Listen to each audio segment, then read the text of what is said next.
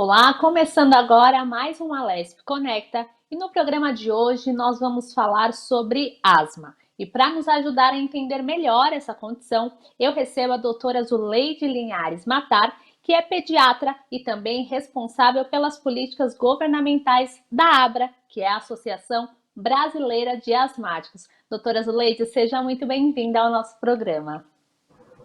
Amanda, muito obrigada. Obrigada a todos vocês pelo convite e pela oportunidade de falar de um assunto que eu gosto tanto, que é a asma.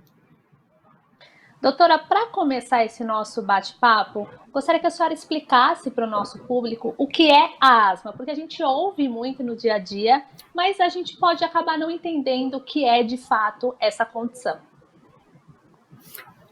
Asma é uma doença inflamatória das vias aéreas. É uma inflamação que começa aqui, na ponta do nariz, e vai até a última parte do pulmão. Então, essa inflamação, ela faz com que vários sintomas aconteçam. Por isso que é tão confuso, né? Porque às vezes diz assim, eu tenho asma, mas eu só tenho tosse. Eu tenho asma, mas eu vivo chiando o peito. Então, para esclarecer um pouquinho, eu trouxe essa peça aqui para mostrar para vocês.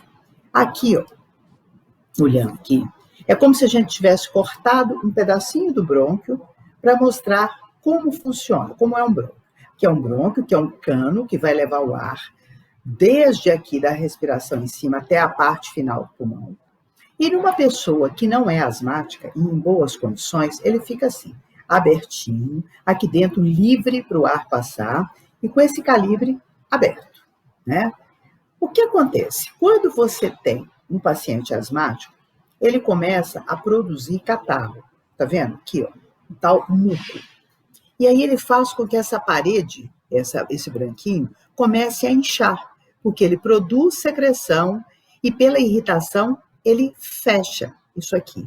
E com esse catarro dentro fica difícil para respirar. Vamos supor que esse paciente não esteja se tratando. O que vai acontecer? Vai fechar todo, gente, vai ficar assim, ó. Olha, essa parede inteira inchada, não tem lugar para onde o ar passar. Então, e numa crise, ele pode acontecer isso aqui, de fechar totalmente e o paciente fica sem ar, sem condições de respirar, e isso pode, inclusive, causar a morte.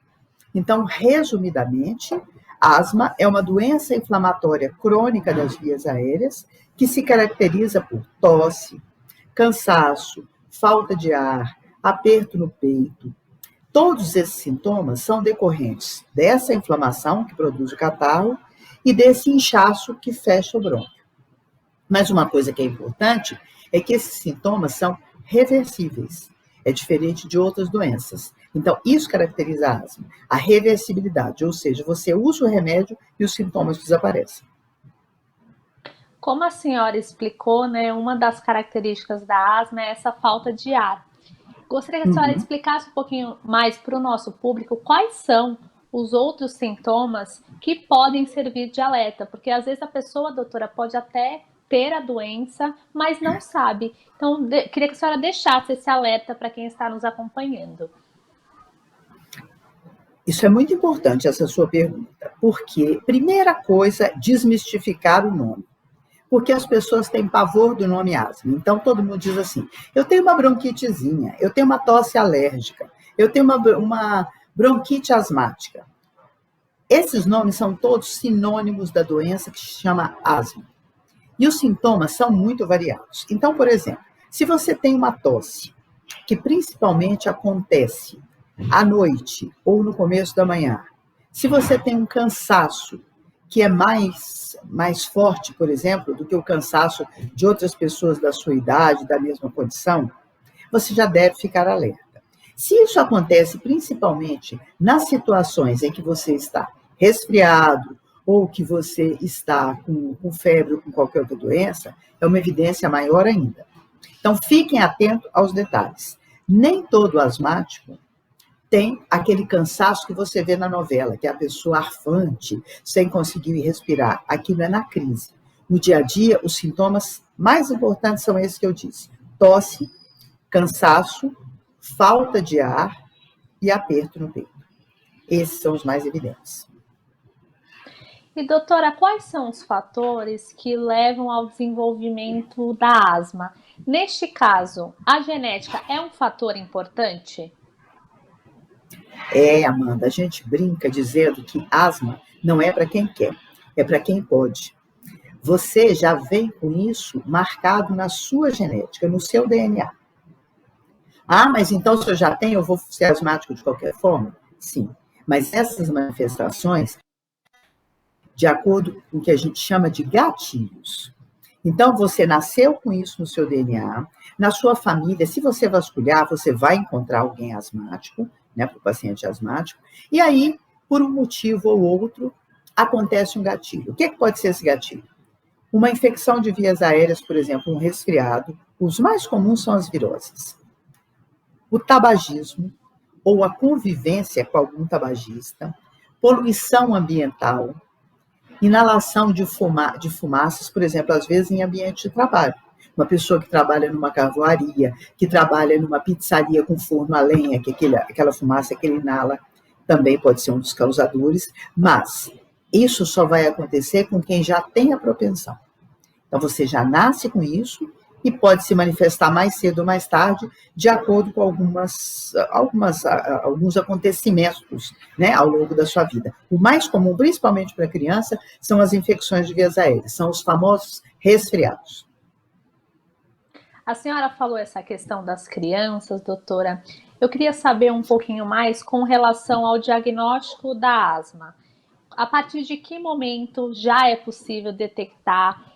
Nas crianças é mais fácil de perceber. Queria que a senhora contasse um pouquinho disso, porque como a senhora colocou, as pessoas falam diversos nomes, mas tudo acaba sendo asma.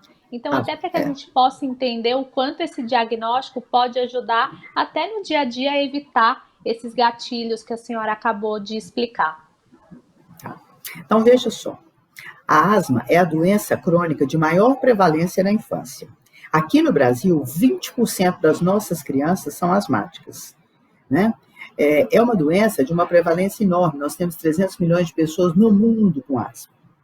E na criança, o diagnóstico é sempre muito cercado de mitos, porque os pais não querem ouvir que o filho tem asma. Quando a gente faz o diagnóstico aqui no consultório, que você diz, olha, seu filho é asmático? Não, no máximo ele tem uma bronquitezinha, não é nada disso, eu vou procurar tratamento alternativo, eu vou fazer benzeção, vou fazer simpatia, e as pessoas não querem ouvir.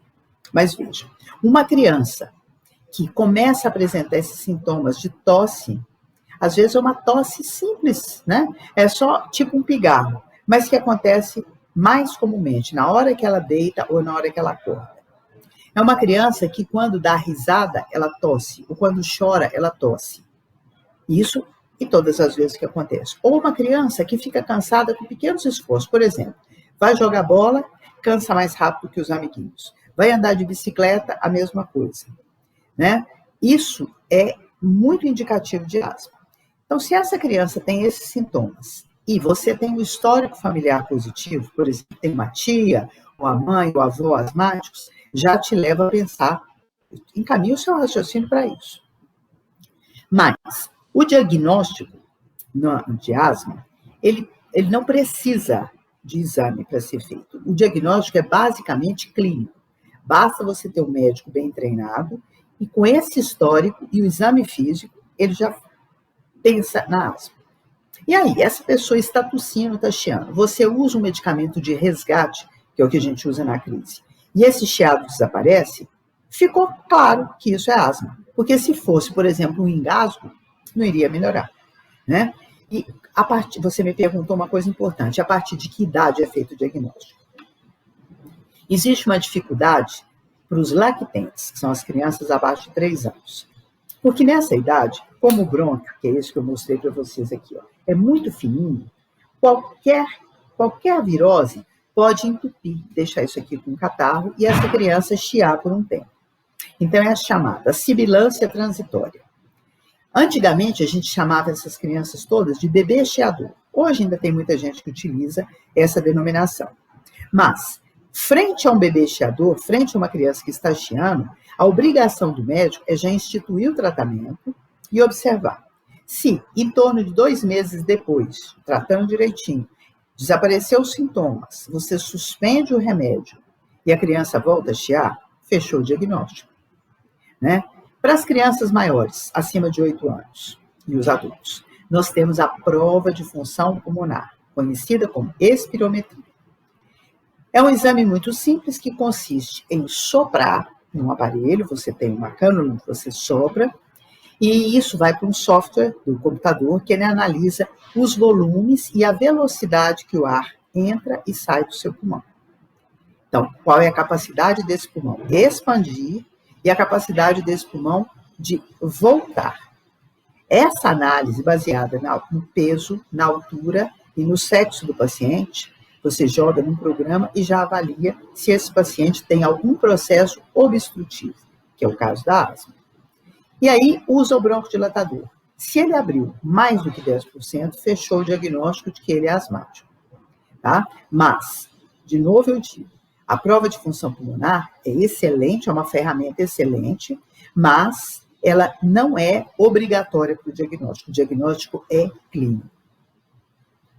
A senhora trouxe essa questão de que quando os pais ouvem que o filho tem asma, muitos não querem aceitar, né? As pessoas tendem a não querer esse diagnóstico. Então, eu queria que a senhora falasse um pouco dos prejuízos que a não identificação da asma pode trazer para a vida do paciente. Pensando até nesse exemplo que a senhora trouxe, que tem crianças que já na infância começam a apresentar os primeiros sintomas, se cansa mais rápido que o amiguinho quando está numa brincadeira, numa atividade. Gostaria que a senhora falasse da importância do diagnóstico, até como uma forma de dar mais qualidade de vida para o paciente. Isso. Veja bem, quando você faz o diagnóstico, ou quando você suspeita, você tem a obrigação de começar a tratar. Porque o tratamento, ele visa impedir a progressão dessa inflamação. De novo, no nosso modelo, veja, aqui é um paciente que está em crise e ele não está usando nada. A partir desse momento, por exemplo, ele está nessa crise, eu dou um remédio só para ele sair da crise. O que acontece? Ele abre um pouco, mas veja, esse brônquio continua fechado com uma limitação muito grande para a passagem de ar. Aí eu começo a tratar, usar um medicamento preventivo. A princípio ele vem para cá e depois ele fica aqui, ó, normal, como se o paciente nunca tivesse asma. Fica aberto e livre. Essa parede fica fininha. Quando você não trata, ao longo do tempo, essa parede vai inchando, inchando, e depois, mais para frente, o paciente perde a função pulmonar. É parecido, fazendo um exemplo para que as pessoas entendam, quando você deixa, por exemplo, uma mangueira dessas de molhar a planta no sol por muito tempo. A mangueira, a princípio, ela toma sol, depois à noite você não recolhe, ela volta ao tamanho dela normal. Com o passar do tempo, ela perde elasticidade. E isso acontece com o pulmão. Ele perde a capacidade de reagir. Isso é perda de função pulmonar. Em termos médicos, é chamado de remodelamento. E o remodelamento, ele é irreversível. Então, se o seu filho tem sintomas, se o seu médico prescreveu um remédio, não suspenda. Porque nós estamos falando aqui de uma doença que é uma doença crônica. Qualquer doença crônica, o tratamento é contínuo, ou seja, pro resto da vida, enquanto viver. Vai usar sempre. Não tem férias, não tem viagem, não tem mudança de clima, não tem quarentena, nada que justifique parar o medicamento. Porque se você para, isso é para adulto ou para criança, você vai perdendo a função pulmonar. E aí, quando você tem uma crise, essa crise pode ser fatal. E ainda que essa crise não seja fatal, ao longo do tempo, essa asma vai ficando cada vez mais grave e fica refratário ao tratamento. Depois de um tempo, ele não responde ao medicamento. É por isso que é tão importante, uma vez feito o diagnóstico, a adesão. E a adesão é uso de medicamento adequado, com a técnica adequada e para sempre. Doutora, a senhora trouxe essa questão da gravidade da doença. Então, eu queria que a senhora explicasse como que é essa evolução, né? Desse aparecimento dos primeiros sintomas, dessa tosse, desse cansaço que a senhora explicou, e como é que a doença pode ir caminhando para se tornar algo mais grave, que pode até levar o paciente a um risco de vida. Tá. Então, veja, a asma, ela não é estática ao longo da vida. Cada paciente asmático, ele tem o seu próprio ritmo de evolução. Tem pacientes que são chamados, antigamente a gente usava muito essa classificação, hoje em dia a gente classifica mais como controlado ou parcialmente controlado ou descontrolado. Mas vamos imaginar que é o momento do acolhimento, a primeira consulta. Então, como eu vou avaliar? Então, um paciente que ele tem sintoma menos do que 3 vezes ao ano, são sintomas leves e quase nunca tem repercussão à noite, é um paciente que a gente chama de intermitente leve. Depois você tem o paciente que é moderado, né, leve e moderado. É o paciente que tem sintoma de 4 vezes ao ano, por exemplo, crises, precisa usar o medicamento de resgate mais do que isso, e já tem alguma repercussão no sono. Então, paciente moderado. O paciente de moderado para grave é o paciente que tem sintomas com muita frequência, acorda várias vezes durante a semana à noite pelos sintomas da asma, ou já tem uma limitação grande para fazer as mesmas atividades que as pessoas da idade dele, do sexo, têm. Então, é importante a gente caracterizar por sexo e idade, porque é um padrão. Eu não posso comparar, por exemplo, uma mulher de 60 anos com um moço de 20 anos, ou o contrário. O moço de 20 anos, se eu for comparar com um homem de 40 anos, a atividade desse moço de 20 anos vai ser muito maior. Então, tem que ser para os próprios pares. Essa pessoa, feito o diagnóstico, a gente começa a tratar. Se ele começa a se tratar e faz o tratamento continuamente, ele não vai progredir para um estágio maior. Ele vai ficar daquele jeito que ele está para menos. O intuito do tratamento é fazer com que a pessoa não tenha sintomas. É tolerância zero para sintomas. Por quê? Cada vez que o paciente tem uma exacerbação, cada vez que ele tem uma crise, ele tem uma piora na função pulmonar. Então, nós não podemos permitir que ele tenha crise. Nós temos que fazer tudo para que esse pulmão fique controlado. Então, essa classificação é só na primeira consulta. A partir de aí, a gente considera controlado, parcialmente controlado ou descontrolado. E nós não podemos permitir nem que fique parcialmente controlado. Ele tem que ter controle total dos sintomas. E isso é possível com o medicamento correto, na dose correta e com a técnica correta.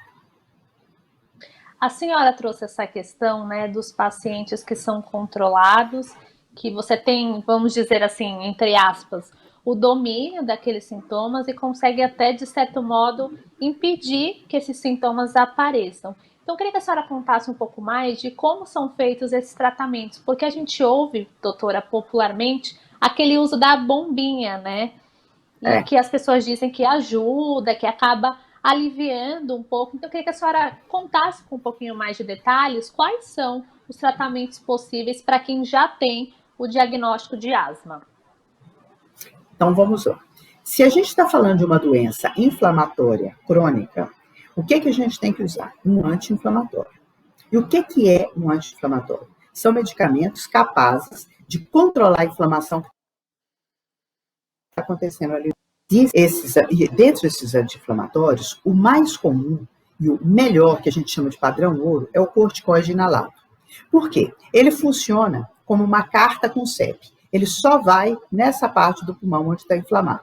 Ele não vai ficar nem no rim, nem no fígado, nem no olho do paciente. Ele vai ficar só no pulmão. E o corticoide inalado, ele tem várias formas de apresentação. Você pode utilizá-lo na forma de spray, você pode utilizá-lo na forma de pó, você pode utilizá-lo na forma de nebulização. Então, tudo isso são formas, como desodorante. A gente tem desodorante em pó, você tem desodorante em pasta, você tem desodorante líquido, tudo é desodorante. Aqui, no caso, é a mesma coisa.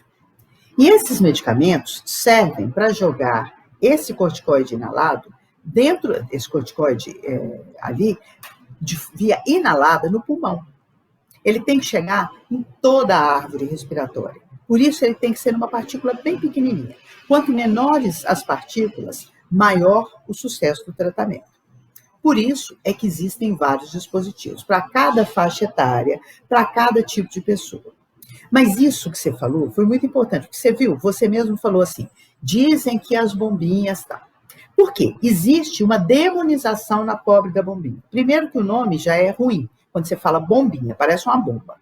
Mas, na verdade, é só a forma de jogar o remédio. Veja, se eu faço assim, ó, eu vou fazer com que o medicamento chegue até a porção final do meu pulmão. E qual é a via? A via inalada, é a melhor. Por que eu vou tomar um remédio, vou beber o remédio, para ele ter que andar no meu fígado, no meu rim, no meu pulmão, para chegar lá onde tem a inflamação, que seria o pulmão? A gente vê que é um trabalho burro, né? No mínimo, é um trabalho burro. Porque você vai ter a ação desses remédios no corpo todo. E as pessoas confundem muito isso quando fala, mas vai tomar corticoide? Vai. Mas quando a gente usa o corticoide inalado, ele é dado em microgramas. Então, veja, quando você fala em miligramas, que é os comprimidos que a gente toma, ele é a milésima parte do grama. Quando você fala micrograma, é a milionésima parte. Então, ele é 1000 vezes menos do que o outro.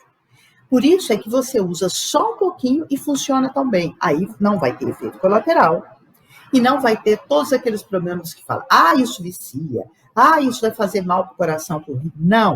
O medicamento para asma, ele não faz mal para o coração, ele não faz mal para o rim e ele não vicia. O que faz com que o paciente tenha que usar a vida inteira é porque é uma doença crônica, não é porque ficou viciado. O que vicia é cocaína, morfina, maconha. Isso são medicamentos que viciam. E mesmo medicamentos de uso contínuo, por exemplo, medicamento para dormir, que levam a uma dependência. Antigamente usava muito remédio para emagrecer, que levava à dependência. Mas os medicamentos para asma, não. Eles têm uma função de desinflamar o brônquio e nós temos 2 linhas de tratamento, Amanda. Nós temos os controladores, que é para manter esse pulmão desinflamado e evitar as crises. E nós temos os medicamentos de resgate, que são aqueles utilizados na hora que você está na crise, que é como se fosse o bombeiro. Ele vai ali apagar o fogo. É aquele que vai chegar aqui, ó, na hora que esse brônquio está totalmente fechado, vai usar o remédio e ele vai ficar assim, aberto, mas ainda com catarro. Se eu uso o medicamento de uso contínuo, ele vai desinflamar, vai deixar aqui desinchado e vai deixar o brônquio livre para passagem de ar. Então, o medicamento de uso contínuo serve para manter o pulmão assim. O medicamento para a crise serve para tirar dessa condição e passar para essa condição e salvar a vida da pessoa. Por quê? Se esse pulmão estiver fechado, e ele fecha mesmo, você não tem como respirar e morre. Nós temos em torno de 5 mortes por asma no Brasil por dia. Nós ainda temos 250 mortes de criança por dia no Brasil por asma. E isso não pode continuar, isso tem que parar. Existem tratamentos seguros e que devem ser acolhidos pelo paciente, porque quando o médico prescreve, é para te dar melhor qualidade de vida. O seu filho não vai parar de crescer como as pessoas pensam. Pelo contrário, a criança asmática para de crescer porque ela não respira direito, ela não dorme direito, ela não faz atividade física. E tudo isso é fundamental para o crescimento de uma criança. Na medida em que ela começa a tratar, ela pode até ter uma desaceleração no primeiro ano de tratamento, que é quando ele está se adaptando, mas depois ele retoma a linha de crescimento. Doutora, eu quero agradecer a participação no Alesp Conecta de hoje, por explicar de um modo tão simples de entender essa doença que muitas vezes faz parte da vida dos brasileiros e as pessoas não sabem, e mais do que isso, por trazer esse alerta da importância do diagnóstico e também do tratamento, que dá para controlar e dá para ter uma boa qualidade de vida. Muito obrigada pela presença aqui no nosso programa. Muito obrigada pela oportunidade. Eu gostaria de deixar só um recado. Nós estamos falando na Alesp, que tem uma visibilidade grande. Então, eu gostaria de convidar os nossos parlamentares para entenderem a importância da adesão e a importância de participar, principalmente das ações, quando a gente pensa sempre em atualizar o tratamento de asma, porque nós precisamos de mais medicamentos acessíveis a toda a população para diminuir a mortalidade. Muito obrigada. Esse foi o Alesp Conecta de hoje, falando sobre asma. Você pode acompanhar todos os conteúdos produzidos pela Rede Alesp acessando o nosso canal no YouTube. Muito obrigada pela companhia e até o próximo programa.